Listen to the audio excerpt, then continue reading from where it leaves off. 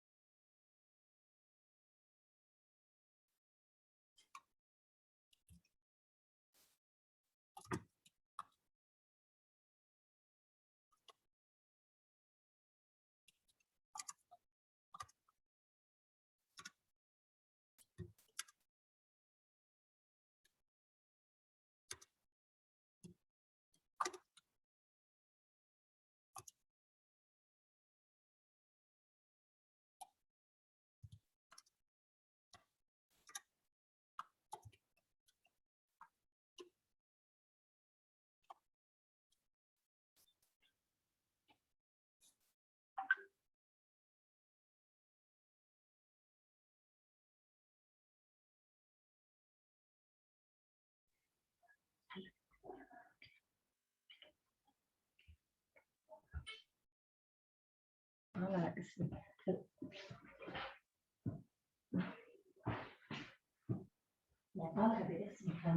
Hmm.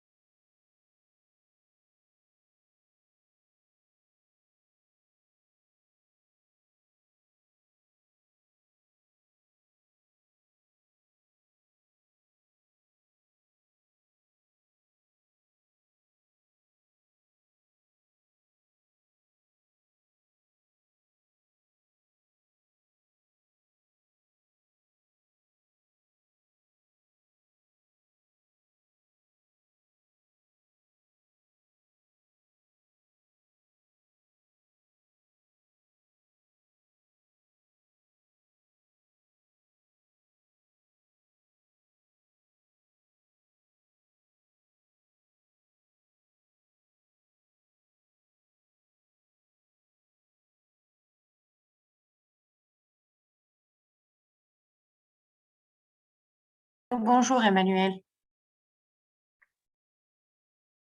Allô? Bonjour Emmanuel. Emmanuel. Emmanuel, tu m'entends? Allô? Bonjour. Bonjour. Bonjour Emmanuel. Emmanuel, bonjour. Est-ce que tu m'entends?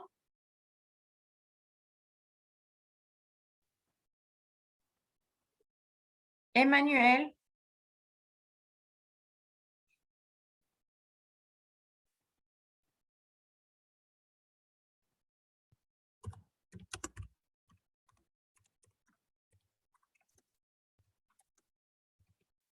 Allô? Allô?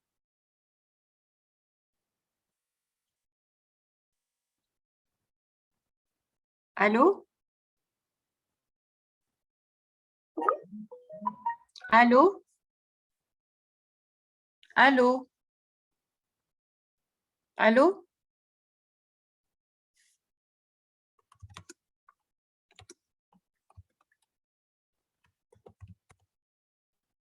Allô? Allô? Bonjour Sarah. Allô, bonjour, tu m'entends? Oui, oui, oui, Sarah, bonjour. Pourquoi tu dis tu m'as pas entendu? Non, précédemment, je ne t'ai pas entendu. D'accord, ok, merci.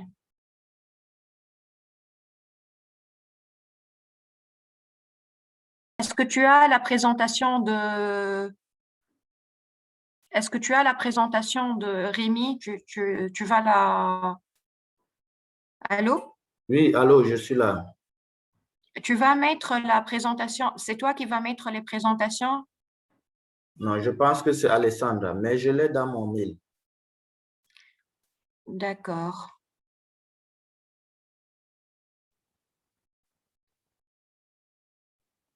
Je peux lui écrire à Alessandra si vous voulez. Elle est en ligne maintenant? Non, non, non, non, nous ne sommes que deux.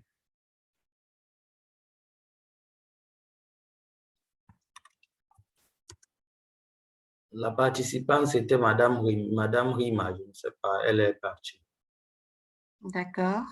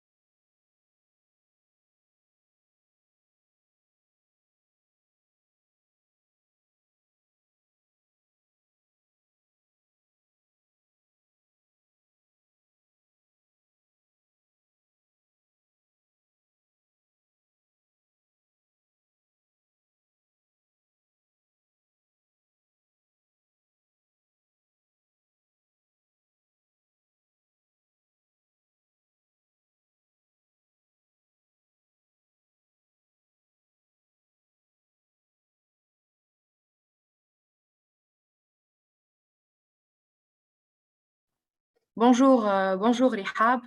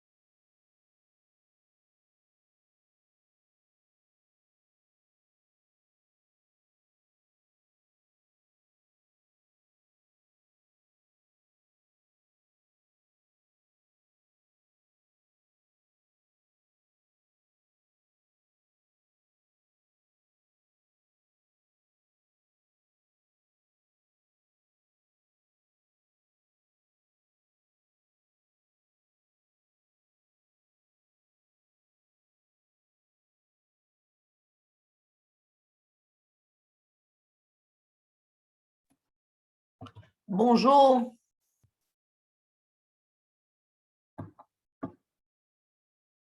Bonjour. Collègues. Bonjour Alessandra, bonjour Rima, bonjour Rihab.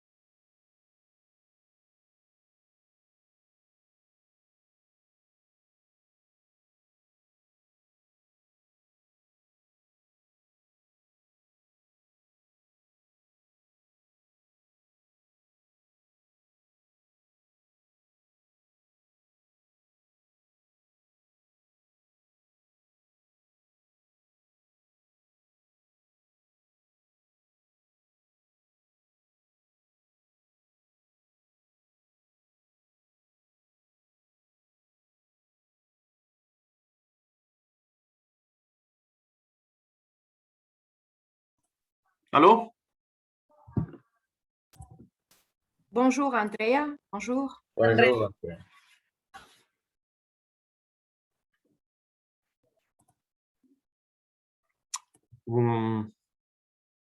Manuel, tu me vois? Oui, très bien. Ok, alors attends, je vais essayer. Ça va, donc comme ça, oui, je peux le faire tranquillement. Mais je vois pas après les questions, mais ça va. Parfait, tu as donné une bonne idée. Mhm. Donc, vous avez les droits de co-host. Toi, Sarah et Manuel, Andrea. OK? Ça va. Et Rémi aussi. Je viens de... Bonjour, Rémi. Bonjour, ami. Je suis là. Bonjour.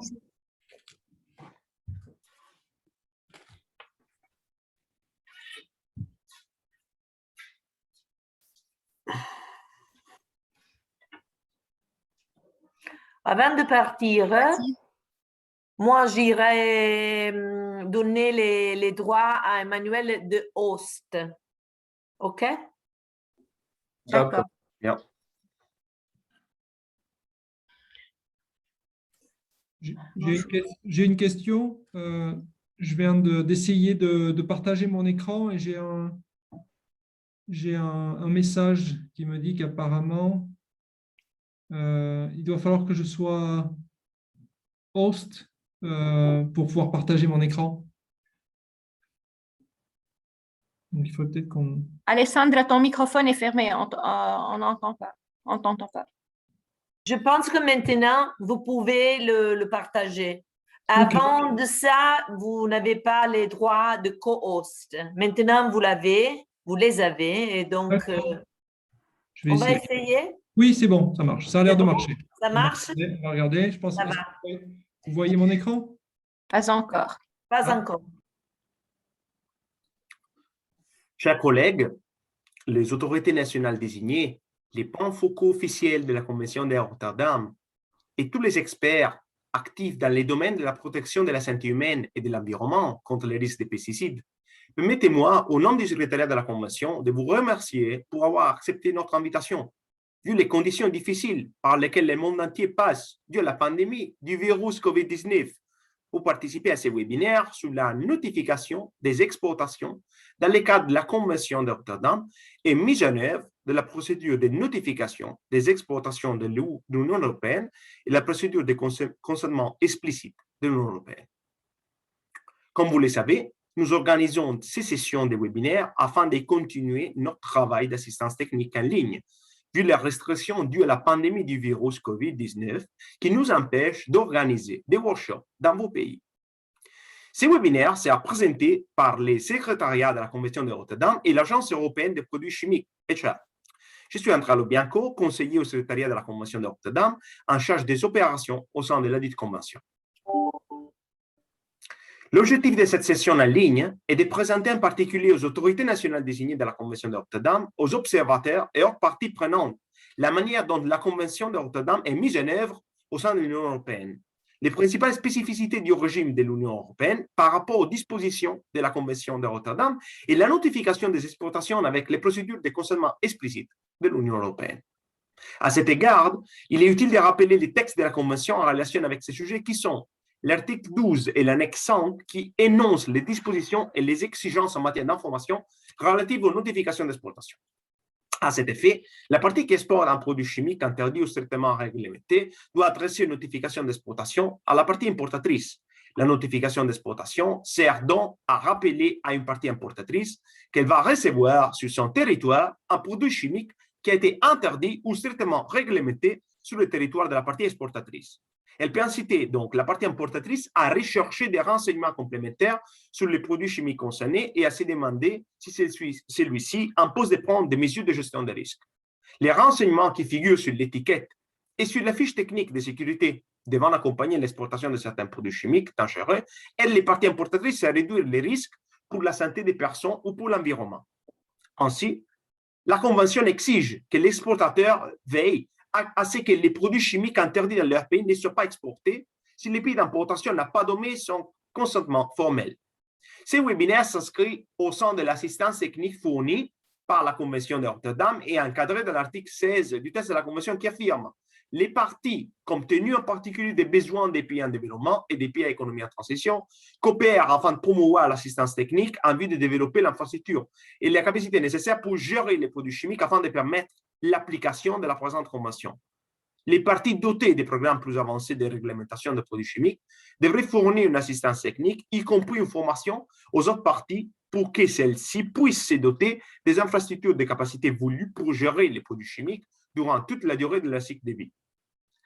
À toutes les sessions de la conférence des parties à la Convention de Rotterdam, la nécessité d'aider les pays en développement et les pays économiques en transition a été considérée comme une priorité par les secrétariats. À ce jour, une grande partie de l'assistance technique a été fournie par les biais des réunions facilitées par les secrétariats et du secret des projets bilatéraux d'assistance technique. Lors des réunions convoquées ces dernières années, les parties ont identifié un large éventail de besoins ou d'activités qui leur sont nécessaires en vue de bénéficier pleinement de la Convention. Les programmes d'assistance technique de la Convention de Rotterdam consistent en une série d'activités adaptées aux besoins spécifiques des pays individuels ou des petits groupes de pays, avec un accent particulier sur les mesures qui ont été jugées nécessaires pour que les parties mettent pleinement en œuvre la Convention. La parole aux experts, ici on a M. Rémi Lefebvre, chef d'équipe de l'équipe des opérations PIC à l'Agence européenne des produits chimiques.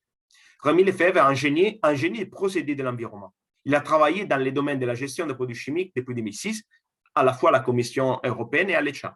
D'abord impliqué dans l'adoption puis la mise en œuvre du règlement REACH, il est depuis avril 2019 en charge de la mise en œuvre du règlement PIC. Madame Sarah Bakouri, fonctionnaire technique auprès de la Convention de Rotterdam, en charge du suivi des activités de la Convention en Afrique et dans les pays arabes. Ingénieure agronome de formation, elle dispose d'un master de recherche en agronomie et biotechnologie végétale. Au terme des webinaires, les présentations seront envoyées aux participants qui en feront une requête explicite aux besoins. Je tiens à vous rappeler qu'on vous donnera la parole après les interventions de Rémi et Sarah lors de la session de discussion. Il suffit de lever la main et en appuyant sur le bouton en bas, Raise Hand. Nous vous remercions. Je donne donc la parole à Madame Bakouri pour la présentation. Merci. Je vous remercie, Andrea. Donc, l'objectif de ce webinaire, c'est de comprendre les dispositions de la Convention de Rotterdam qui sont relatives à la notification d'exportation, comprendre le rôle de l'autorité nationale désignée dans ce processus et examiner la manière dont il pourrait être utilisé comme source d'information sur les produits chimiques interdits ou strictement réglementés. Donc, on va voir en détail les articles de la Convention qui sont des éléments clés dans ce processus, en particulier l'article 12, l'article 13, l'annexe 5 et le formulaire de notification d'exportation. On va voir de près aussi le rôle de l'AND, les documents clés et quelques points clés dans ce processus. Donc, un petit rappel, l'article 12 sur les notifications d'exportation qui explique les responsabilités des pays exportateurs et importateurs, le processus à suivre. L'annexe 5 qui donne une idée sur les informations exigées pour la notification d'exportation. L'article 13 qui informe sur les informations à joindre aux produits chimiques exportés. Et ici, vous trouverez le lien pour accéder au formulaire de notification d'exportation et les lignes directrices. Vous trouverez ce lien dans la présentation qu'on va partager avec vous après ce webinaire.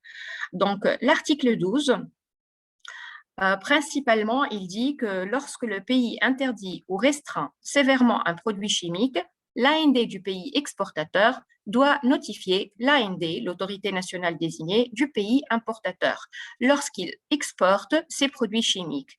L'AND du pays importateur doit accuser réception de la notification. En l'absence d'accusé de réception de la part du pays importateur dans un délai de 30 jours, l'AND du pays exportateur doit soumettre une deuxième notification. L'obligation cesse lorsque le produit chimique est inscrit sur la liste de la Convention de Rotterdam et que le pays importateur a fourni une réponse d'importation qui a été publiée dans la circulaire PIC que nous avons vue dans le webinaire précédent. L'annexe 5, qui consiste à des informations requises pour la notification d'exportation, il comporte le nom, l'adresse de l'AND, pays exportateur et importateur, et de l'importateur, la date prévue de l'exportation, le nom de la ou des substances chimiques dans le cas des mélanges, les niveaux ou les concentrations, la catégorie du produit chimique et son utilisation dans le pays importateur, des renseignements sur les mesures de précaution visant à réduire l'exposition et les émissions, les informations complémentaires visées à l'annexe 1 que nous avons vu dans le webinaire précédent, qui peuvent être demandées par la partie importatrice. Un format standard existe pour les notifications. Alors, le formulaire de notification d'exportation, il est divisé en 7 sections, couvrant l'annexe 5 de la Convention de Rotterdam. Les sections 1, 2, 4, 5 et 6 peuvent être tirées de la mesure de réglementation finale, ce qu'on appelle FRA. Page 1, il s'agit du numéro de référence peut être attribué pour faciliter le suivi de la notification d'exportation.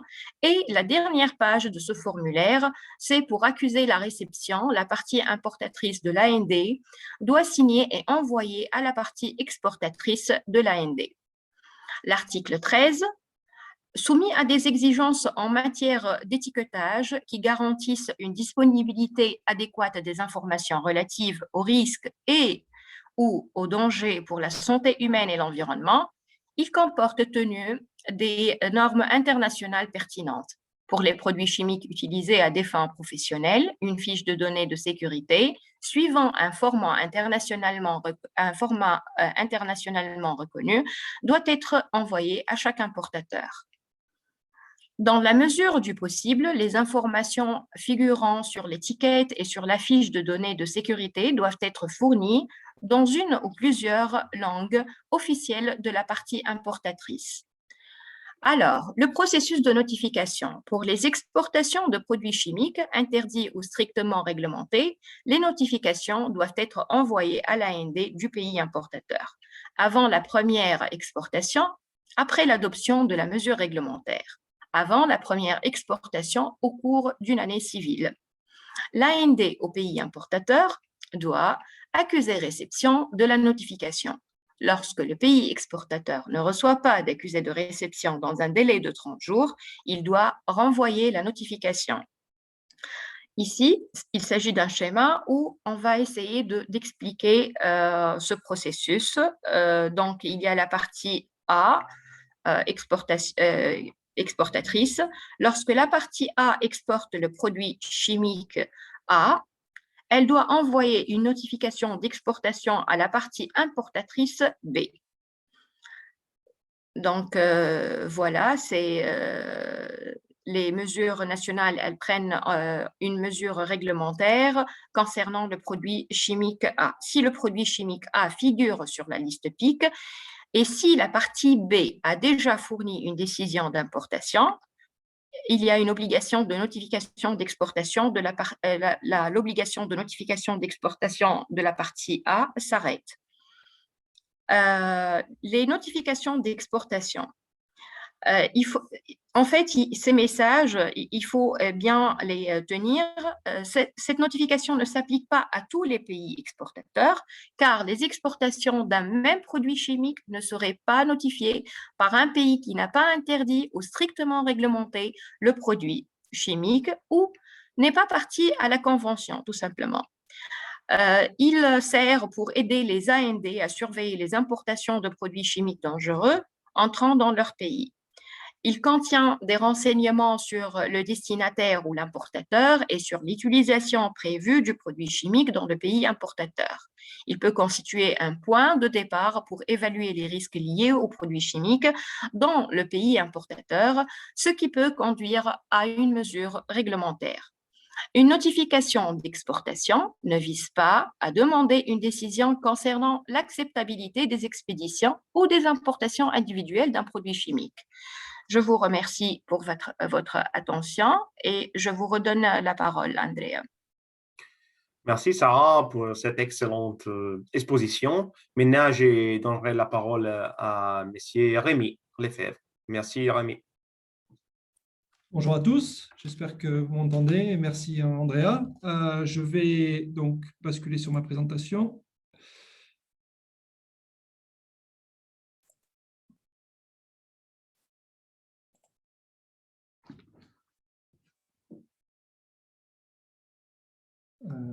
Une seconde, excusez-moi. Est-ce que vous pouvez voir ma présentation ou... Oui, parfait. Oui, exact. Ok, parfait. Oui. Donc, bonjour à tous et merci pour cette invitation. Je suis très heureux d'être aujourd'hui avec vous pour vous présenter effectivement la manière dont l'Union européenne transpose en fait les mesures de la Convention de Rotterdam. Alors, pour de nombreuses parties, vous noterez qu'on est tout à fait en ligne avec les dispositions de la Convention, mais je vais essayer aussi de souligner les points sur lesquels il peut y avoir des toutes petites différences dans le détail de la mise en œuvre, où est-ce que potentiellement l'Union européenne va un petit peu plus loin sur certains aspects. Donc, pour commencer, mes objectifs pour cette session, tout d'abord, comme je le disais, présenter la manière dont la Convention de Rotterdam est mise en œuvre au sein de l'Union européenne. Et puis ensuite décrire les principales spécificités du régime européen en comparaison avec les termes de la Convention. Et ensuite, rentrer un peu plus dans le détail de la mise en œuvre pratique des procédures européennes de notification d'exportation et de consentement explicite préalable.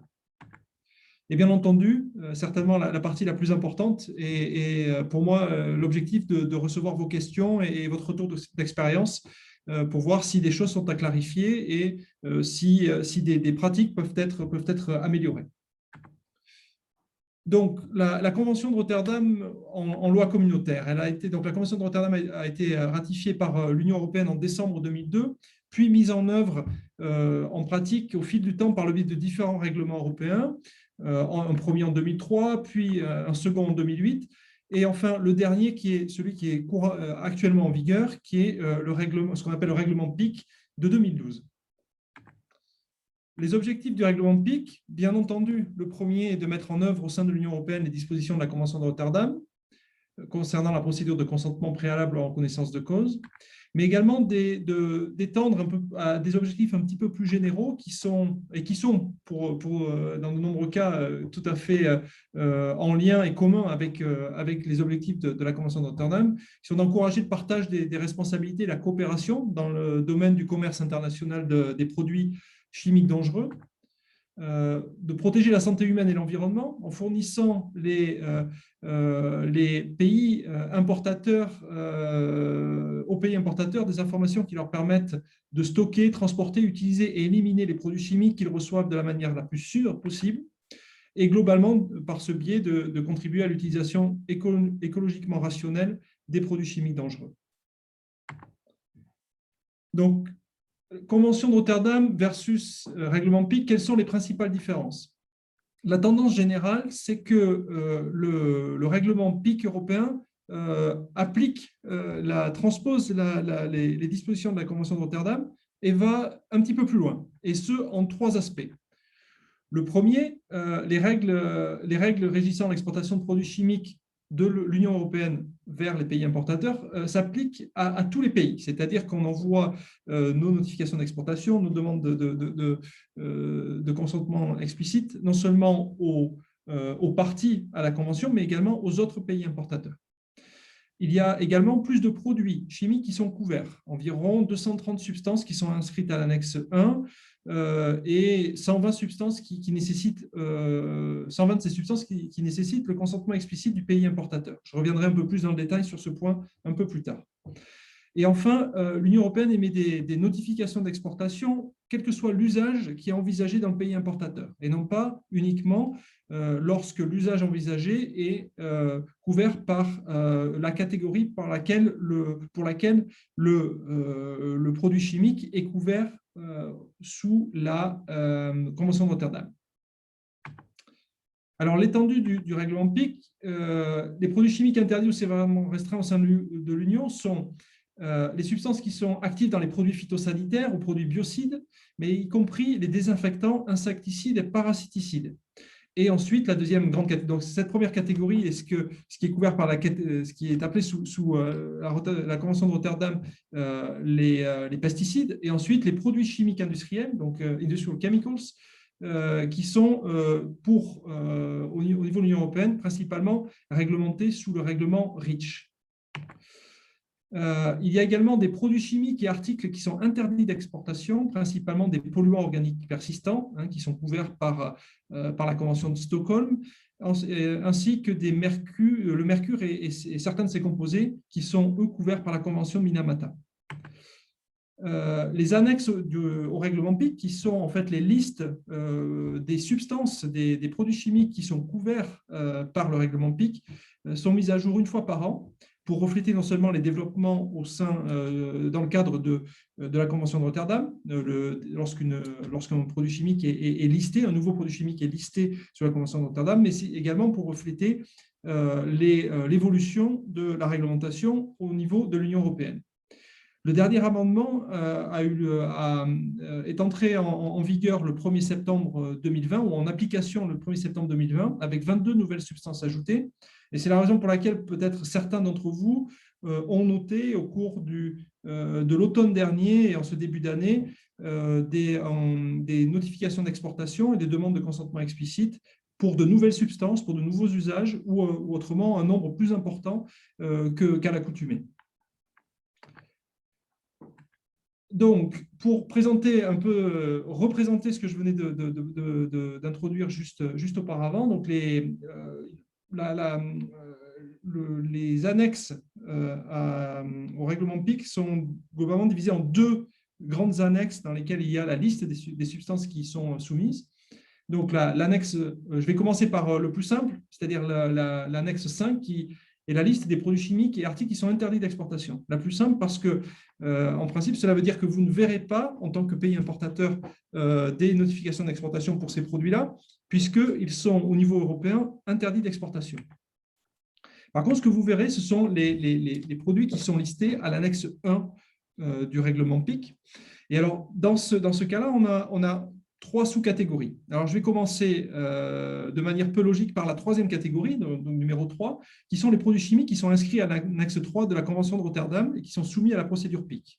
Alors, pour ces produits-là, bien entendu, vous recevez en tant que pays importateur des notifications d'exportation et également des demandes de consentement explicite préalable lorsque il n'y a pas eu de réponse de votre part dans le cadre de la Convention à l'import de ces produits chimiques, ou lorsque c'est pour une catégorie qui n'est pas couverte par la Convention, une catégorie d'usage. Ensuite, si l'on remonte à la deuxième catégorie, ce sont des produits chimiques qui sont interdits ou sévèrement restreints sur l'ensemble ou les deux catégories qui sont couvertes par la Convention, c'est-à-dire les produits chimiques industriels ou les pesticides. Et dans ce cas-là, encore, vous recevez pour l'exportation et donc l'importation sur votre territoire de ces produits chimiques une notification d'exportation et une demande de consentement préalable. Et enfin, la catégorie numéro 1, ce sont des produits chimiques qui sont interdits ou sévèrement restreints au sein de l'Union, mais dans une des sous-catégories d'usage définies couvertes par le règlement PIC. C'est-à-dire qu'au niveau européen, nous avons subdivisé les deux catégories d'usage qui sont définies dans le cadre de la Convention de Rotterdam en sous-catégories. Et donc, on a pour les produits chimiques industriels une sous-catégorie pour les usages professionnels et une autre sous-catégorie pour les usages destinés au grand public. Et similairement, pour les pesticides, on a une sous-catégorie agricole, produits destinés à une utilisation dans l'agriculture, et un sous-produit non agricole.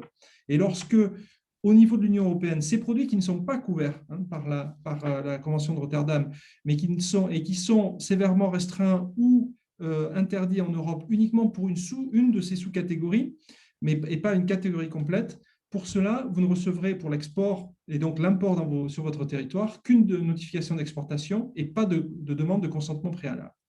Et encore une fois, je reviendrai encore un peu plus dans le détail dans la pratique sur ce point un peu plus tard dans ma présentation. Donc, les produits chimiques couverts par le règlement PIC et qui peuvent être exportés, globalement, là, je représente. Donc, nous avons globalement une liste d'environ 230 substances qui sont couvertes à l'annexe 1, partie 1 de notre règlement et qui donc nécessitent une notification d'exportation au moment de leur export vers les pays hors Union européenne. Et il y a un sous-ensemble de ces 230 substances qui sont environ 120 substances ou produits chimiques pour lesquels, qui sont listés à la partie 2 ou 3 de notre annexe 1, donc on pourra rentrer dans les détails, et qui, eux, comme je le disais auparavant, nécessite non seulement une notification d'exportation, mais également un consentement explicite préalable de votre part. Et donc, j'ai commencé déjà à parler de ces deux procédures qui ont été introduites par Madame Bakouri en particulier. Et je vais maintenant vous rentrer plus dans le détail de ces deux procédures et de la manière dont l'Union européenne les met en œuvre. Mais avant de faire cela, aussi pour clarifier un peu qui fait quoi, puisque vous pouvez être dans les échanges, dans les communications que vous recevez de la part de l'Union européenne, vous pouvez être confronté à recevoir des messages de différents types d'entités. Donc, il est important de savoir qu'il y a 3 grands types d'acteurs publics avec lesquels vous pouvez, en tant qu'importateur de produits, de substances, de produits chimiques PIC, pouvez être en contact. Donc, il y a d'abord la Direction générale environnement de la Commission européenne, qui est l'autorité désignée commune au nom de toutes les autorités nationales désignées des États membres de l'Union, qui est donc le premier point de contact. Il y a ensuite les autorités nationales désignées des pays, des membres, des États membres de l'Union européenne, avec qui vous pouvez également, notamment dans le cadre de la procédure de demande de consentement explicite préalable, vous pouvez être en contact assez régulier. Et puis enfin, il y a l'ECHA, donc l'Agence européenne des produits chimiques que je représente, qui globalement fournit une assistance à la mise en œuvre du règlement PIC, à la fois à la Commission et aux autorités nationales désignées des pays, des États membres.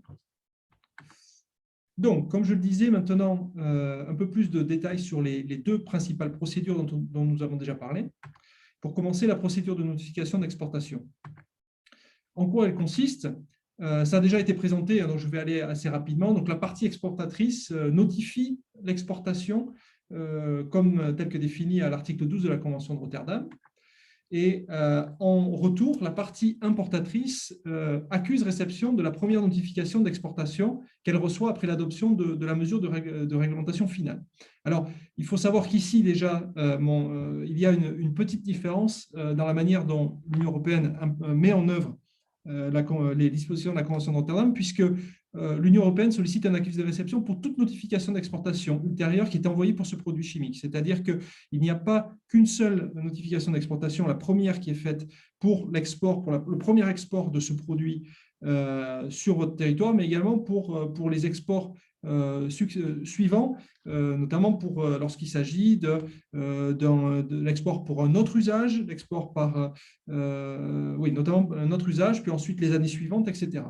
Donc, vous recevez plus de notifications d'exportation et aussi, surtout, on vous demande d'accuser réception de chacune des notifications d'exportation qui vous est adressée.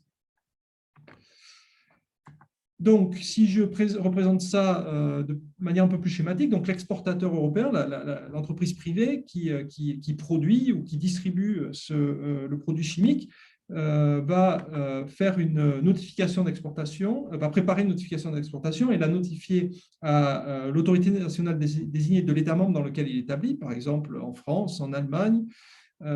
Et celui-ci va faire une première vérification du contenu du contenu de la notification d'exportation, s'assurer que l'information qui est requise y est de qualité.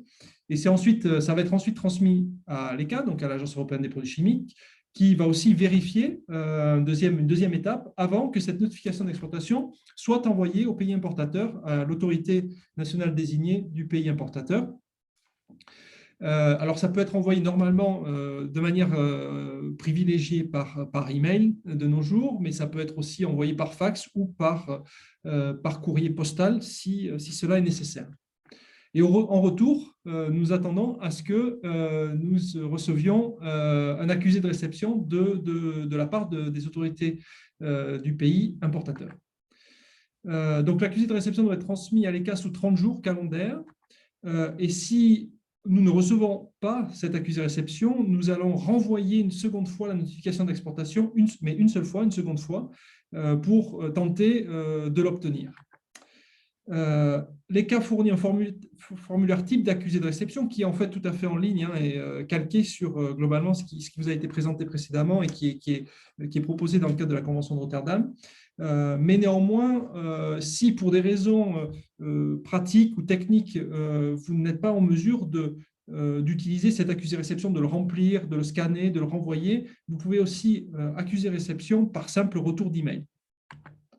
Donc, voici le formulaire. Donc, comme je le disais, c'est vraiment ce qui vous a été présenté. Donc, sur la gauche, vous voyez la première page du formulaire de notification d'exportation auquel vous devez être, en tout cas pour les personnes qui représentent des autorités nationales désignées dans les pays importateurs, vous devez être certainement très, très familier de ce formulaire. Et donc, en dernière page, il y a l'accusé réception qui peut être utilisé pour accuser réception et nous le renvoyer.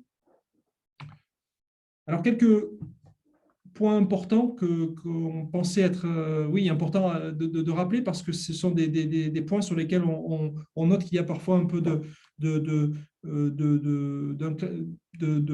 manque de clarté ou d'incompréhension sur certains points de la manière dont nous mettons en œuvre la procédure de notification d'exportation. Alors, l'accusé-réception, comme ça a été dit, accusé-réception de la notification d'exploitation ne signifie pas accepter l'importation. Il s'agit très clairement d'une indication que l'information qui vous a été transmise dans le cadre de la notification d'exportation a bien été reçue. Ça ne vaut pas une acceptation d'importation en tant que telle, mais c'est l'indication que vous avez bien reçu l'information que nous devions vous transmettre.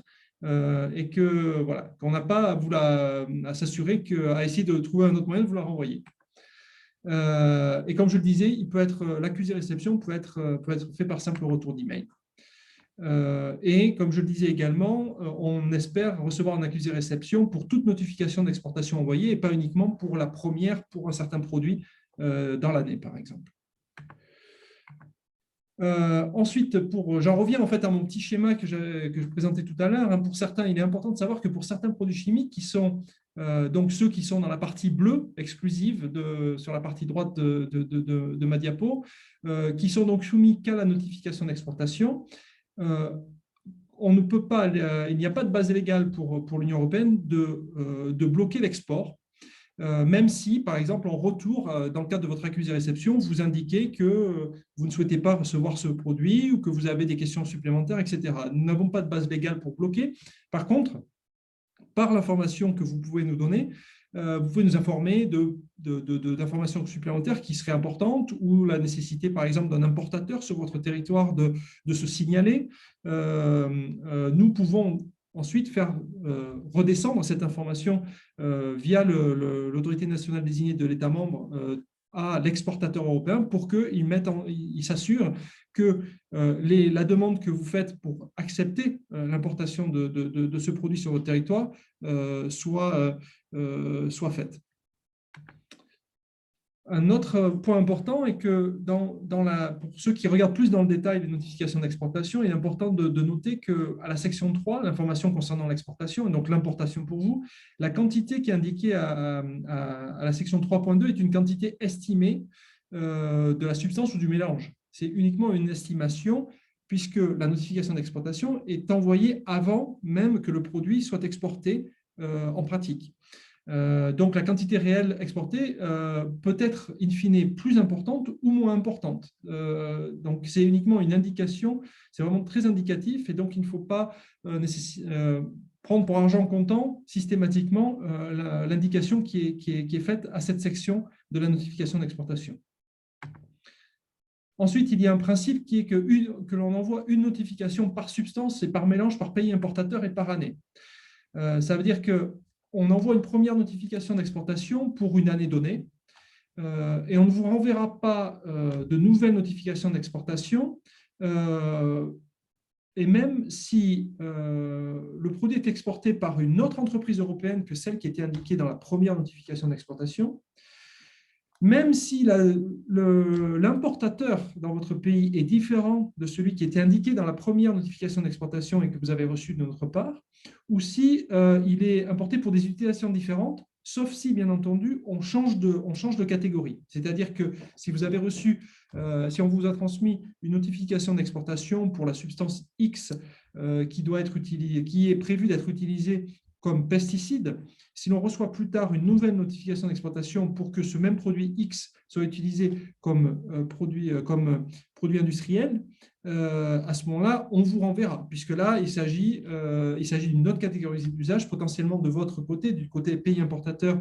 d'autres réglementations qui est engagée, d'autres autorités qui sont concernées. Donc, dans ce cas-là, nous vous transmettons à nouveau une notification d'exportation. Mais si l'on reste dans la même catégorie d'usage que la première notification d'exportation, vous ne recevrez pas de nouvelles notifications. Ensuite, il y a aussi à faire attention à la distinction qu'il y a entre deux autres sections de la notification d'exportation. La section 6, qui est ici, et qui décrit la manière dont la substance est réglementée au sein de l'Union européenne. Donc, c'est pour vous donner de l'information sur la raison pour laquelle en fait, cette substance est restreinte dans son usage dans l'Union européenne, et vous donner l'information pour que vous puissiez vous en inspirer également, ou que vous soyez conscient des raisons pour lesquelles vous recevez cette notification d'exportation. Et ceci n'est pas à confondre avec ce qui est indiqué en section 3, qui est la catégorie d'usage, la catégorie et l'usage prévu dans votre pays. Donc, c'est l'utilisation qui est prévue dans le pays importateur. Maintenant, je vais basculer sur la deuxième procédure, la procédure de consentement explicite préalable, qui s'applique donc lorsque le produit chimique est inscrit à l'annexe 3 de la Convention de Rotterdam, et que il n'y a pas eu de réponse, la partie importatrice n'a pas donné de réponse à la Convention de Rotterdam sous 12 mois, où elle a déjà répondu, mais pour une catégorie d'usage différente de celle qui est envisagée via l'export au départ de l'Union européenne, ou lorsque le pays importateur n'est pas parti à la Convention de Rotterdam, puisque, comme je le disais, nous envoyons également des notifications d'exportation et des procédures de consentement explicite préalable, des demandes de consentement explicite préalable à ces pays-là. Donc, le produit et également, lorsque le produit n'est pas listé à l'annexe 3 de la Convention de Rotterdam, il est interdit ou strictement réglementé au sein de l'Union dans une catégorie d'usage de la Convention. C'est ce que je disais tout à l'heure, on a un pool de substances auxquelles la procédure s'applique qui est plus grand que celui couvert par la Convention de Rotterdam. Alors, pour reprendre un petit peu le schéma qu'on avait tout à l'heure, donc dans ce cas-là, il est important de noter que le premier acteur n'est plus l'exportateur européen, mais l'autorité nationale désignée de l'État membre dans lequel il est établi. Et c'est donc une procédure qui a lieu entre exclusivement autorité nationale désignée et à la fois du pays importateur et du pays et de l'Union européenne, du pays exportateur. Donc, voilà, donc très simple, une demande est envoyée au pays importateur et nous attendons à ce qu'il y ait une réponse à cette demande de consentement explicite. Lorsqu'il n'y a pas de réponse, un rappel est envoyé à 2 reprises par l'ECHA. C'est l'ECHA qui prend le relais. Je disais que l'ECHA apporte un soutien un peu logistique et administratif. Donc, dans ce cas-là, lorsqu'il n'y a pas eu de réponse au bout de 30 jours, c'est l'ECHA qui automatiquement va renvoyer une demande de consentement explicite. Après 30 jours, dans un premier temps, et si au bout de 30 jours à nouveau, il n'y a toujours pas de réponse, après 60 jours. Et donc, cela se passe, c'est l'ECHA qui l'envoie. Donc là, à ce moment-là, vous pouvez voir un autre acteur impliqué et le retour se fait. Vous pouvez le faire directement à l'ECHA et nous transmettrons à l'autorité nationale désignée de l'État membre, mais ça peut également être transmis à l'autorité nationale désignée de l'État membre qui, initialement, vous avez fait la demande. Donc, voici encore le formulaire de demande de consentement explicite, qui est également très, très proche, si ce n'est totalement équivalent à celui qui est présenté dans le cadre de la Convention de Rotterdam. Alors, il y a certaines sections, et important, je voulais simplement souligner qu'il est important de faire attention notamment aux sections qui permettent d'élargir en fait le champ de la réponse. Par exemple, une demande de consentement explicite peut se faire initialement pour l'exportation vers votre pays d'une substance pure, mais vous avez la possibilité, via cette réponse, d'étendre votre réponse, par exemple positive, à d'autres formes, c'est-à-dire par exemple au mélange qui contiennent cette substance. Et à l'inverse, on est plutôt vers la fin des sections, sur les sections 6 et 7, où là, vous avez aussi la possibilité de restreindre le champ, c'est-à-dire dire je souhaite que ce soit uniquement pour certains, je donne un consentement explicite uniquement pour certains types d'usages ou pour certains acteurs, et également surtout la durée. Si vous voulez limiter la durée normalement c'est 3 ans, c'est par défaut, mais si vous souhaitez diminuer la durée de validité de votre réponse, vous pouvez le faire par ce biais-là. Encore une fois, quelques clarifications et conseils pratiques. Donc, la procédure est gérée par les autorités. C'est ce que je disais auparavant. Donc, les réponses doivent être envoyées par l'AND du pays importateur à l'AND de l'État membre de l'Union européenne ou à l'ECA. Ça veut dire que les réponses qui sont reçues par les entreprises ne sont pas valables. Si nous recevons une réponse à une demande de consentement explicite via une entreprise européenne ou non européenne, qui nous transmet en fait une soi-disant réponse faite par l'autorité nationale désignée du pays importateur, nous ne pouvons pas la prendre en compte parce que nous avons besoin d'avoir l'assurance que cette réponse a bien été formulée par l'autorité nationale désignée du pays importateur. Comme je le disais, la réponse du pays importateur, dans l'absence d'une réponse, après les 2 rappels à la demande de consentement explicite, l'exportation est bloquée par l'Union européenne. Néanmoins, pour être tout à fait complet, il y a toujours la possibilité pour l'exportateur, dans ce cas-là, de soumettre une proposition une sorte d'exemption à cette obligation, qui permet, dans des cas exceptionnels, sous réserve de la présentation de pièces justificatives émanant d'une source officielle du pays importateur, et qui montre que la substance, même si on n'a pas reçu de réponse de la part de l'autorité nationale désignée du pays importateur, la substance est néanmoins enregistrée ou autorisée dans le pays importateur, de pouvoir avoir la possibilité d'exporter pour une durée maximale de 12 mois. Ça ne s'étend pas plus longtemps, donc c'est au cas par cas, pour 12 mois au maximum, et sur la base de documents officiels qui montrent qu'en réalité, la substance est véritablement autorisée et utilisée dans le pays importateur. Ensuite, quelque chose d'important aussi, c'est que normalement, on demande à ce que le consentement explicite reflète en fait la réglementation nationale pour le produit chimique en question et qu'elle s'applique de manière équivalente à n'importe quelle importation, que ce soit de l'Union européenne ou d'une autre partie du globe. Et là, j'en reviens encore, je sais que j'insiste un peu là-dessus, mais c'est un concept assez important, toujours à mon schéma. Donc, bien savoir que la procédure de consentement explicite préalable ne s'applique qu'à un sous-ensemble des substances qui sont couvertes par le règlement européen PIC et pour lesquelles vous recevez des notifications d'exportation. Ce qui veut dire que pour toutes les autres substances pour lesquelles vous recevez des notifications d'exportation, nous n'avons pas de base juridique pour bloquer leur export, même si vous exprimez des doutes ou une opposition au fait de l'avoir entré votre territoire. Mais comme je le disais auparavant, vous êtes tout à fait en mesure et invité à nous faire part de ces doutes pour que l'on puisse les faire remonter ou redescendre à l'exportateur européen qui décidera soit de se rapprocher de vos autorités pour clarifier la situation potentiellement, ou voire même de décider de ne finalement pas exporter s'ils considèrent qu'il y a une forte chance pour que leur export vers votre pays soit bloqué lorsqu'il atteint votre territoire. Alors, en conclusion, je voulais simplement revenir sur quelques chiffres pour vous montrer. Ici, vous voyez les statistiques des notifications d'exportation et de demande de consentement explicite que nous avons envoyées lors des 2 années complètes précédentes. Et vous pouvez voir globalement ceci pour illustrer le fait que nous recevons environ 70% le taux de réponse à des notifications d'exportation, c'est-à-dire le taux d'accusé-réception n'est qu'environ de 70%, et le taux de réponse à des demandes de consentement explicite est aux alentours de 50%. Donc, pour conclure, nous invitons, c'est ce qui est vraiment très important pour nous, à confirmer que l'échange d'informations entre nos autorités et les vôtres fonctionne. Et donc, pour ça, d'accuser réception des notifications d'exportation, mais également faire le plein usage de la procédure de consentement explicite et de répondre aux demandes de consentement explicite, quitte à demander des clarifications.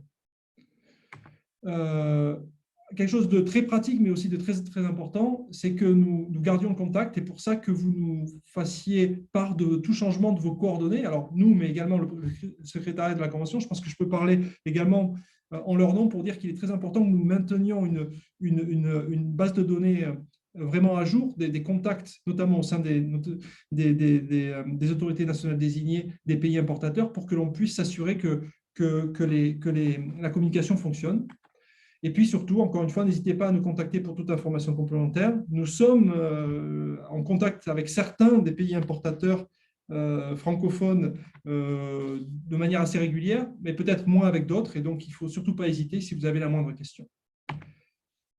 Vous aurez un ensemble de liens utiles dans la présentation qui sera partagée après ce webinaire. Et donc, j'espère que cela seront utiles pour vous. Je vous remercie beaucoup. Et avec ça, je termine ma présentation. Merci. Merci Rémi pour l'excellente présentation. Maintenant, je vous invite à faire des questions à notre présentateur si vous avez des questions techniques avant de passer à la réponse aux polls. Si je me permets, Andrea, ce serait bien aussi si on commence par les polls, comme ça on peut diriger un peu la discussion, s'il vous plaît. D'accord. Alors, je vous encourage ici à répondre. Vous voyez en bas, auprès des Q&A, question and answer, il y a les questions dans les polls. Vous pouvez, pour voir un peu aussi et renforcer votre compréhension du webinaire, vous pouvez répondre à B ou C et à toutes les questions. Merci.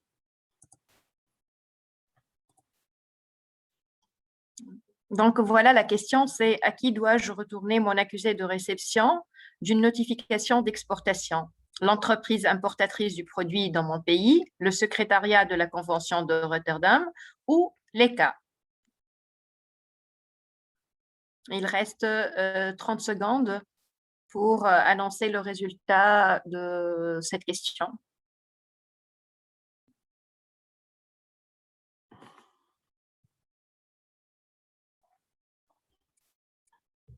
Donc, je pense que tous les participants, ils ont répondu à cette question. On va voir les résultats. Rémi, si vous pouvez commenter. Je suis content de voir que globalement, le message est passé, effectivement, hein, en ce qui concerne les notifications d'exportation qui émanent de l'Union européenne. Ces notifications d'exportation sont envoyées par l'ECA et l'accusé réception doit être renvoyé à l'ECA également. C'est la manière la plus, c'est la seule manière hein, dans notre procédure et qui permet en fait d'avoir un bon enregistrement des accusés réception et s'assurer que vous avez bien reçu l'information que vous deviez recevoir.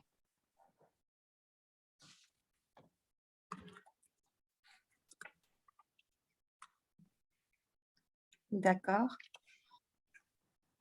Donc,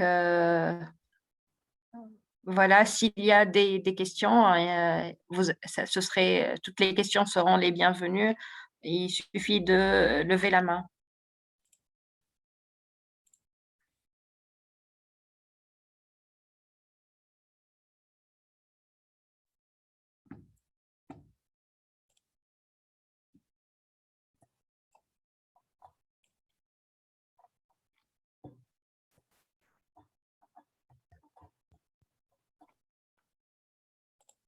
Et Youssef, Zidi,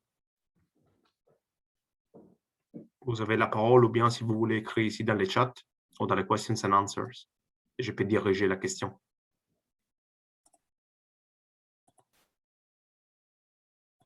Vous avez la parole, Youssef.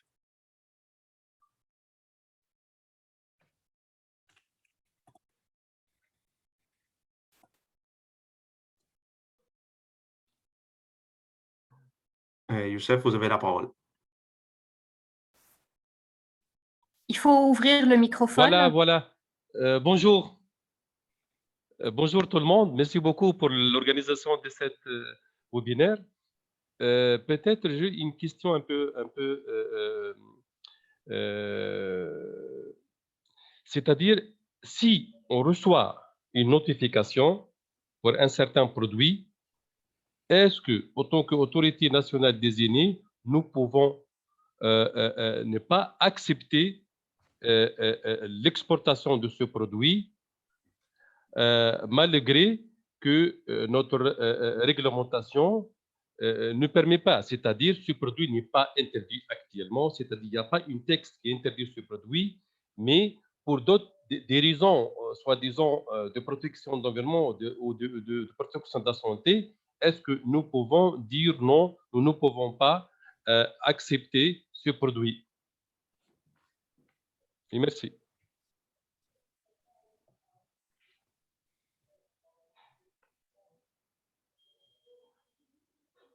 Alors, je ne sais pas si je suis censé répondre. Alors, moi, je vais vous répondre uniquement du point de vue du pays exportateur, de la partie exportatrice.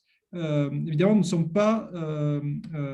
n'avons pas de mots à dire, entre guillemets, sur la manière dont la réglementation est construite et mise en œuvre dans votre pays.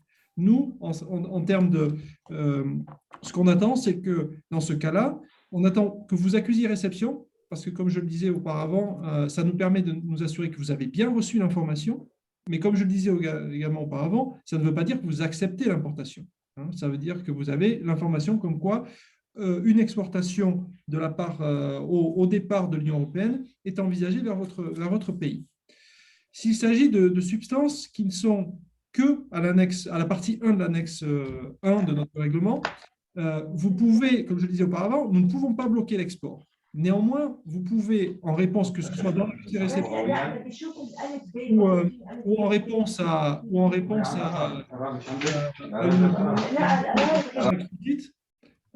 vous pouvez tout à fait nous exprimer le fait que si ce produit atteint votre territoire, il sera bloqué.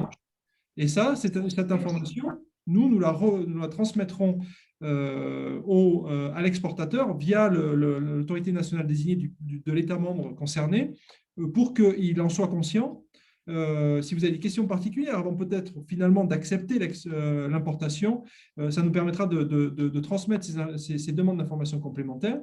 Mais néanmoins, nous n'avons pas de base légale au niveau européen pour bloquer cet export. Merci, Rémi. Maintenant, j'ai une autre question de la part d'Erima Cheni. Je lui donne la parole. Rima, à toi. Bonjour. Bonjour. Bonjour, Rima. J'ai une question à propos d'un consentement explicite que j'ai reçu de Netherlands à propos de Tiran. J'ai reçu la demande de consentement du pays importateur. Okay? Et j'ai envoyé un refus d'importation de cette substance. Mais après, ils ont dit que ce sont des grains qui sont traités avec ces grains parce que la compagnie qui est importateur a indiqué qu'elle n'a pas mis une ordre pour cette substance. Et on a un conflit avec pourquoi ils ont envoyé cet consentement si la compagnie n'a pas mis un ordre pour cette substance, le Tiran, et ils ont indiqué que ce sont des grains qui sont traités par cette substance. Ce n'est pas la substance Tiran. Il y a une explication pour cette notification d'exportation? Oui, je peux essayer. Alors, je oui, si tu veux répondre. Je n'ai pas le cas en face de moi, mais je pense savoir de quoi on parle. Alors, il s'agit, ce sont des notifications d'exportation et des demandes de consentement explicite qui sont envoyées que depuis peu de temps, parce qu'il s'agit effectivement de substances qui peuvent être envoyées soit comme des mélanges, et c'est quelque chose auquel les pays importateurs sont plus habitués, de recevoir une demande d'exportation, une notification d'exportation ou de consentement explicite pour des mélanges qui sont donc en fait la substance qui est envoyée directement au pays et qui va soit directement l'utiliser dans des activités agricoles ou faire quelque chose avant de s'en servir en utilisation agricole. Là, on est dans le cas où des des graines, hein, en fait, des semences, sont déjà traitées par la substance active en Union européenne et envoyées directement déjà traitées au niveau des pays importateurs. C'est quelque chose qui avant n'était pas notifié dans le cadre du règlement de PIC et qui l'est depuis quelques mois. Donc, je comprends tout à fait que ça puisse paraître un peu bizarre pour les pays importateurs, mais globalement, on demande toujours, la notification d'exportation est faite de manière à ce que vous soyez conscient que cette substance qui, jusqu'à présent, pouvait être importée dans votre pays uniquement sous forme d'un mélange, donc un mélange de différentes substances, mais qui ne sont pas directement nécessairement mises dans les champs, aussi arrive maintenant sous la forme d'une semence qui a été traitée avec ce mélange et qui va être certainement appliquée dans les champs plantés lors de l'arrivée sur votre territoire. Donc après, au final, donc, il y a aussi pour certains produits, comme le TIRAM, qui est pour nous en partie 2 de l'annexe 1, il y a en complément une demande de consentement explicite de votre part. Et donc, on vous demande si vous acceptez que ces semences déjà traitées avec ce produit qui contient du TIRAM sont acceptées sur votre territoire. Et donc, il y a eu potentiellement 2 demandes qui ont été faites, l'une pour le mélange et l'autre pour le mélange qui a déjà été mis sur la semence et qui arrive comme une semence traitée avec ce mélange sur votre territoire. Mais ils ont indiqué dans la même notification les 2 choses. Ils ont indiqué qu'ils vont envoyer 125 kg de TIRAM et en même temps, si tu regardais en haut, tu vois des semences qui sont traitées, mais pas trop claire la phrase. Alors, je pense savoir, encore une fois, je n'ai pas le cas devant moi, mais je pense que globalement, ce sont pour des semences qui ont été traitées. Mais en fait, pour des raisons, je dirais, techniques, ce qui vous est envoyé, c'est une demande de consentement explicite où on vous indique dans la notification, notamment dans la notification d'exportation qui est associée, on vous indique que c'est le TIRAM qui est exporté, mais il y a une précision qui dit que c'est du TIRAM ou un mélange contenant du TIRAM qui a été déjà appliqué à des semences. Donc, c'est une information complémentaire qui vous est donnée pour que vous soyez conscient que ça n'arrive pas comme un mélange, mais comme un mélange qui a déjà été appliqué sur des semences. Et c'est là, je comprends tout à fait que ça puisse potentiellement créer confusion et c'est important pour nous d'avoir ce retour parce qu'on peut effectivement voir comment on peut peut-être s'assurer que l'information qui est dans ces formulaires est plus claire pour vous et pas source de confusion. Hein. Donc ça, il faut qu'on fasse attention à ça. Mais on a refusé quand Netherlands a envoyé le consentement, on a refusé et on a reçu une deuxième fois une notification d'exportation, ce qui nous a fait un peu de conflit. Alors, encore une fois, il faudrait que j'ai les dossiers devant moi, mais si c'est exactement pour le même produit, et notamment dans ce cas-là, pour les mêmes semences traitées avec le même produit, c'est une erreur. Autrement, il s'agit en fait soit d'une demande de clarification, s'assurer que vous avez bien compris que c'était pour l'exportation de semences traitées, et vous demandez si vous êtes bien certain que c'est un refus de votre part, ou c'est pour un autre produit. Qui peut être assez similaire, mais qui n'est pas exactement le même. Ok, merci. Merci Rémi. Je donne maintenant la parole à Celestino Tavares. Il avait des questions.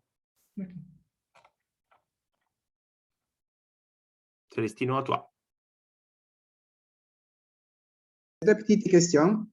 La première question, vous avez dit que la quantité de produits dans la notification, c'est indicatif. Et moi, j'aimerais savoir comment vous établissez cette quantité. La deuxième question, c'est concernant nous venons de recevoir une notification de l'ECA pour les produits ZNEB. Et dans cette notification, il y a une notification pour 2 importateurs au Cap-Vert. Normalement, on reçoit une notification pour un importateur. c'est normal recevoir une notification pour 2 importateurs? Merci. OK. Alors, pour la quantité, ça n'est pas nous, que ce soit l'autorité nationale désignée de l'État membre ou nous, l'ECA, qui définissons la quantité qui est indiquée. C'est à l'exportateur européen d'indiquer au moment où il fait sa notification d'exportation, quelle est la meilleure estimation de ce qui sera, de la quantité qui sera exportée vers le pays importateur donné lors de l'année suivante ou des mois suivants. Donc, c'est charge aux exportateurs de le définir. Et pour être tout à fait clair, nous ne vérifions pas, nous n'avons aucun moyen de vérifier quelle est cette quantité, puisque, a priori, puisque, encore une fois, les notifications d'exportation sont envoyées avant même que l'exportation ait véritablement lieu. On ne sera en mesure, in fine, de savoir qu'est-ce qui a été dans les faits exporté qu'un an après, lorsqu'on a un mécanisme de rapportage, de reporting, où on a les exportateurs qui, au début de l'année suivante, nous rapportent et nous disent, voilà, pour cette notification d'exportation, pour laquelle j'avais indiqué, par exemple, disons 300 kilos, dans les faits, j'ai exporté, dans les faits réellement, j'ai exporté 150 ou 800 kilos. Et c'est uniquement à ce moment-là que l'on saura quelle est la quantité totale qui a été exportée vers ce pays. Ou zéro. Parfois, on a aussi des gens qui nous disent, des exportateurs qui avaient fait une notification d'exportation et puis, in fine, n'exportent pas. Le marché, au final, ne s'est pas concrétisé pour une raison X ou Y, et donc l'export n'a pas eu lieu. En ce qui concerne la liste des importateurs indiqués dans la notification d'exportation, ça n'est généralement, effectivement, il n'y en a qu'un, mais il est tout à fait possible pour l'exportateur européen d'en indiquer plusieurs. S'il a déjà plusieurs importateurs dans le pays importateur avec lesquels il travaille ou avec lesquels il a déjà, où il va potentiellement, ici qu'il aura potentiellement un contrat avec ses exportateurs, et donc il en indique plusieurs au meilleur de sa connaissance au moment où il introduit sa notification d'exportation. Merci Rémi. On a maintenant une question de la part de Benjamin Bourget. Je lui donne la parole. Benjamin, à vous. Merci. Oui, bonjour, vous pouvez m'entendre? On vous entend. Super.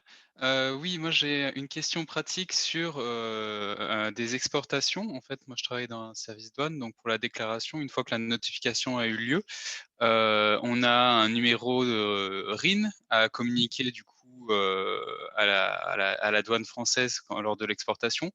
Et on a eu le cas où on a une exportation qui a été chevauchée entre 2 années, c'est-à-dire qu'entre la fin d'année 2020 et début d'année 2021, on avait 2 numéros RIN pour un produit chimique et la notification avait été acceptée par le pays importateur et tout était en règle. Par contre, on s'est posé la question de savoir quelle référence donner lors du départ et de la déclaration, parce que le camion pouvait partir de notre site fin décembre et le bateau, la sortie effective pouvait être début janvier, mais du coup, on n'était pas sûr de quelle référence mettre. Alors, ma compréhension, moi, est que le numéro RIN est d'importance pour les autorités, notamment douanières, du pays exportateur. Donc, le numéro RIN en tant que tel n'a aucune signification ni usage pour le pays importateur. Donc, logiquement, il faut que le numéro RIN, le numéro RIN s'applique à l'année dans laquelle, au moment où il quitte le territoire de l'Union. D'accord. Donc, il faut regarder celui, voilà, si le bateau quitte le territoire de l'Union le 30 décembre, ben, il faut prendre pour cette année N. Par contre, si dans les faits, il quitte le 1er janvier, le RIN qui s'applique, c'est celui de l'année N+1. Très bien. Merci. Merci Rémi. Et je donne maintenant la parole à Riyad. Merci Riyad. À vous. Bonjour tout le monde. Bonjour. Bonjour. J'ai deux questions. La première question, est-ce que la notification des produits chimiques à usage industriel qui sont annexés à l'annexe 1, partie 1, exige de passer à la procédure de consentement ou non? Pour la deuxième point, je n'ai pas bien compris que se passe-t-il lorsque la partie importateur n'accuse pas réception des deux notifications. Et merci. Bonjour. Donc, alors pour la première partie, il n'y a aucune distinction qui est faite entre produits qui sont listés au titre de pesticides ou de produits industriels. Donc, ça veut dire que tous les produits qui sont uniquement à la partie 1 ne font l'objet que de notification d'exportation, quelle que soit la catégorie d'usage. Et de la même manière, uniquement les produits qui sont listés à la partie 2, que ce soit un pesticide et ou un produit chimique industriel, fera l'objet d'une demande de consentement explicite. Voilà. Donc, il n'y a vraiment pas de distinction. Ensuite, en ce qui concerne qu'est-ce qui se passe s'il n'y a pas de réponse? Alors, si on parle des accusés-réception, donc des accusés-réception à une notification d'exportation, comme je disais, il y a un premier envoi qui est fait. Si on n'a pas de réponse, on envoie une deuxième fois. Si on n'a toujours pas de réponse, il ne se passe rien. Hein? Donc, le produit sera bloqué. Ah non, si c'est une substance qui est soumise uniquement à la procédure de notification d'exportation et qui n'est pas soumise au consentement explicite, la substance ne sera pas bloquée. Comme je le disais, la notification d'exportation est un mécanisme pour informer de l'intention d'un export. Donc nous, on a fait ce qu'on pouvait pour s'assurer tant bien que mal de s'assurer que le pays importateur a reçu l'information. Mais si on n'a pas d'accusé-réception, évidemment, on n'aime pas ça parce qu'on préférerait être certain que ça a marché, que la communication a fonctionné. Mais si ça n'a pas fonctionné, on ne fait rien. En revanche, si on parle de la procédure de consentement explicite pour ces substances, pour lesquelles, en plus de la notification d'exportation, il y a la procédure de consentement explicite, après le premier envoi, ensuite un rappel au bout de 30 jours, un second rappel au bout de 60 jours, tant que l'on n'a pas de réponse de la part du pays importateur, que ce soit une réponse positive ou négative, le produit est bloqué. Il ne partira pas. Avec, comme je le disais dans une de mes diapos, avec néanmoins, in fine, après 60 jours, après les deux rappels, si l'entreprise exportatrice fait une demande d'exemption et à l'appui de laquelle il y a des documents officiels du pays importateur qui montrent que le produit est néanmoins utilisé et autorisé, enregistré dans le pays importateur, il y a la possibilité pour l'Union européenne, et notamment in fine la Commission, d'accepter à ce que l'export ait lieu. Mais c'est une procédure exceptionnelle et qui doit être dûment justifiée et qui a pour durée maximale 12 mois. D'accord, merci bien. Merci Rémi. Maintenant, ce que je voulais dire, ce qui est très important ici, quand on parle de cette procédure d'exemption, c'est uniquement pour renforcer l'importance qu'il y a à ce que vous nous répondiez. Ce n'est pas du tout pour vous dire, in fine, il y aura, dans tous les cas, on pourra exporter, même si vous ne nous répondez pas. Je veux dire, le message n'est pas là. Le message est, voyez, il est très important que vous nous répondiez. Alors, ça peut prendre plus de 30 jours, on comprend, parce que parfois, vous avez des processus au niveau des pays importateurs entre autorités pour valider votre position. Mais il est, in fine, toujours très important que nous, on sache que vous êtes en train de définir votre position et que, in fine, vous nous donnez une réponse, parce qu'autrement, il y a toujours cette porte de sortie possible pour que l'exportation, donc l'importation sur votre territoire, ait lieu. merci Rémi, grand merci pour cette réponse bien détaillée. Alors, je vous invite maintenant à répondre à 5 questions dans les pods. Et donc, on a encore 5 à faire. Ici, est-ce que c'est normal que je reçoive une notification d'exportation de la part d'une entreprise importatrice du produit dans mon pays? Oui ou non? Allez-y.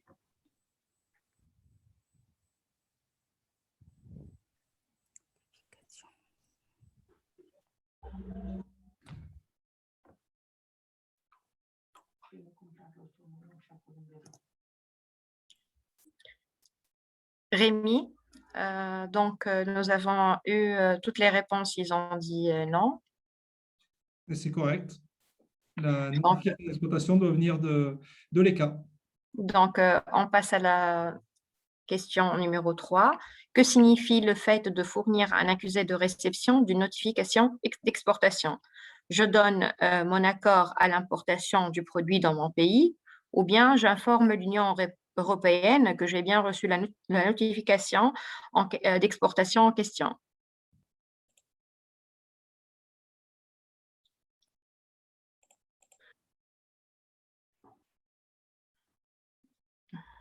Donc, 90% des participants, ils ont dit « J'informe l'Union européenne que j'ai bien reçu la notification d'exportation en question ». Donc, c'est une bonne nouvelle, encore une fois. Ça veut dire que le message que j'avoue, j'ai répété aussi il y a très peu de temps et a bien été reçu par la majorité, en tout cas, effectivement. C'est uniquement une confirmation de la bonne réception. Ça n'est pas, en aucun cas, ça n'est donner un accord à l'importation du produit. Donc, on passe à la question suivante. Sous quelle forme dois-je transmettre mon accusé de réception? Via le formulaire fourni en dernière page de la notification d'exportation, par simple retour d'email ou soit l'un, soit l'autre. Alors, le résultat, c'est soit l'un, soit l'autre. C'est correct. Je me demande si la prochaine fois, on ne devrait pas penser à des questions plus difficiles, ou autrement, ça veut dire qu'on a été excellent dans notre présentation. Mais toujours est-il que c'est correct. L'avant-dernière question, à qui dois-je retourner ma réponse à une demande de consentement explicite préalable? L'entreprise importatrice du produit dans mon pays, l'ECA ou l'AND du pays exportateur de l'Union européenne? Je pense que c'est une question difficile. Oui.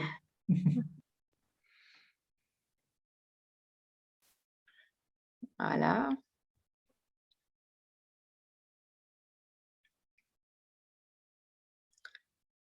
Alors, 73% de participants, ils ont dit l'ECA.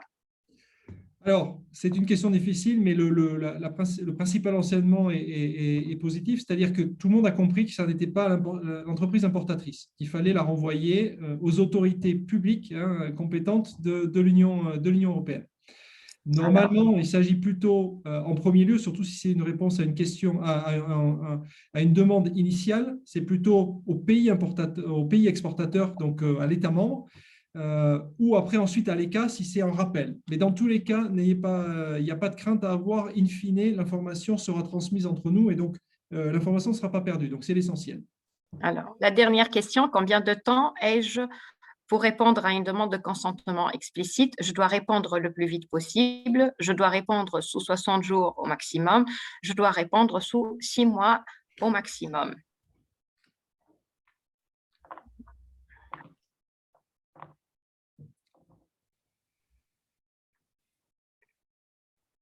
Alors, 70%, ils ont répondu 60 jours au maximum. Alors, les réponses A et B sont toutes les deux correctes, dans le sens où effectivement, le plus tôt est le mieux, de manière à ce qu'on puisse voir si on débloque ou si on bloque au plus vite l'export. Mais néanmoins, in fine, au maximum 60 jours.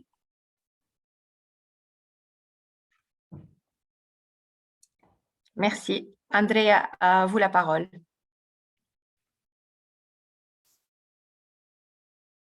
Andrea, à vous la parole. Alors, merci, grand merci pour votre participation. Maintenant, je pense que je peux clôturer ces webinaires. C'était vraiment un plaisir de vous avoir ici. On a même touché le nombre de 30, 26 participants, donc c'était excellent. Et donc, je vous rappelle de nous suivre encore pour les prochains webinaires et à la prochaine fois. Merci. Merci à tous. Merci. Au revoir. Merci, au revoir. Au revoir. Bonne journée. Bonne journée, merci, au revoir.